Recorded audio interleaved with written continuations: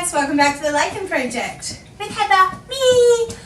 Today I'm going to go through my 10 tomes I want to tackle in 2020. So Jersey's in here with me because he's a suki bum, so he's just hitting things. Come here, come say hi. Come here, come here, come on. There you are. Yeah. Okay.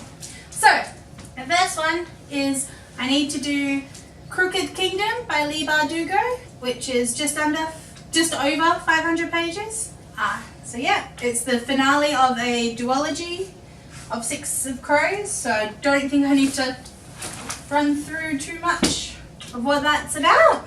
So yes, Crooked Kingdom. Then I go on to Neil Gaiman's American Gods, which basically when a man is released from prison, he gets on a plane with a man called Mr. Wednesday and gets sucked into a war with some gods, unbeknownst to him.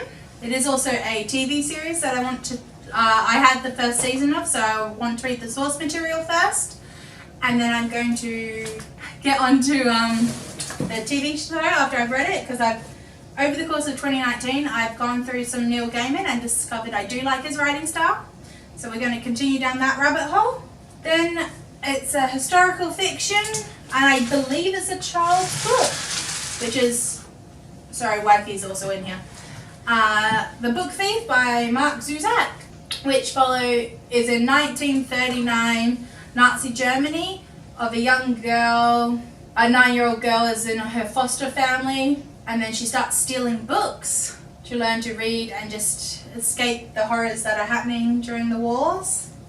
Then I have Imaginary Friends, which I have read a grand total of 26 pages, so I'll start again from the beginning, by Stephen Chbosky, which is a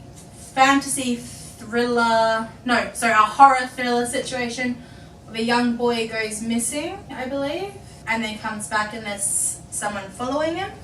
And then another author I have rediscovered my love for is A.G. Howard, and with Stain, which is, I believe, a Princess and the Pea retelling. Yeah, it's the Princess and the Pea retelling. So I'm not sure much about it, but I do generally love A.G. Howard's writing style, so I'm going to dive into this one. It's quite a hefty book. Yeah.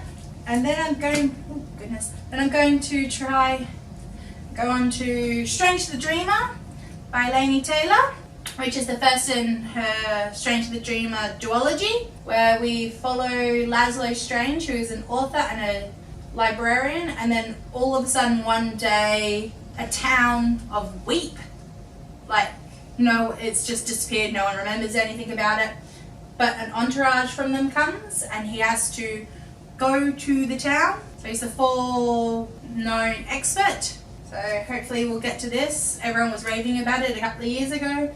I picked it up and I just never got to it, which was my bad. Then I'm going on to a fantasy trilogy with Furyborn, which is two young queens and they're centuries apart. So Claire Legrand. So there is a sun queen and a blood queen, and you're told their stories, but they're quite separate and apart. So yeah. I also did pick up Kingsbane, which is the second one, so I might just plow through and go through and do a binge read of it. I'll let you know.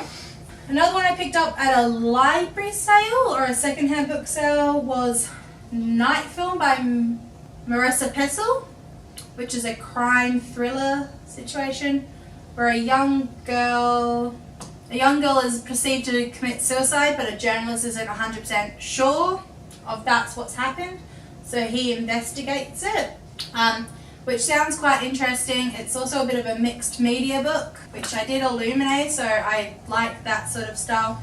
I also this year in 2019 did Sadie, so it seems like there's something that's happening there. So a lot of people have said if you liked this, you'll like Sadie, so I'm doing it the opposite way, or if I like Sadie, so I'm going to attempt to get to this one.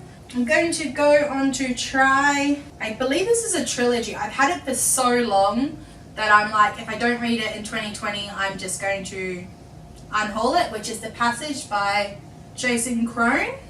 I've recently found out it's like a vampire post-apocalyptic story, so could be interesting. From what I can understand, it's a bunch of people and they sort of meet up and it's interconnected that way.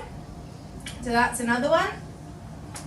And then the final one, which recently came out, is Erin Morgenstern's Starless Sea, which a young boy's in a library and he starts reading a book and comes across a story that resembles his life quite clearly, and then it's a story within a story, so it's quite interesting. I did like The Night Court, so I'm giving Erin Morgenstern a second. You said it's a night court. So, The Night Circus, so I'm going to give Erin Morgenstern another try. If you would like to buddy read any of these books with me, or want to hear my thoughts, oh goodness. If you want to read any of these books with me, or want me to get to one or review one, let me know. Thank you. And through the choices of the media we create and consume, we can create a better, positive life. And thank you, and goodbye!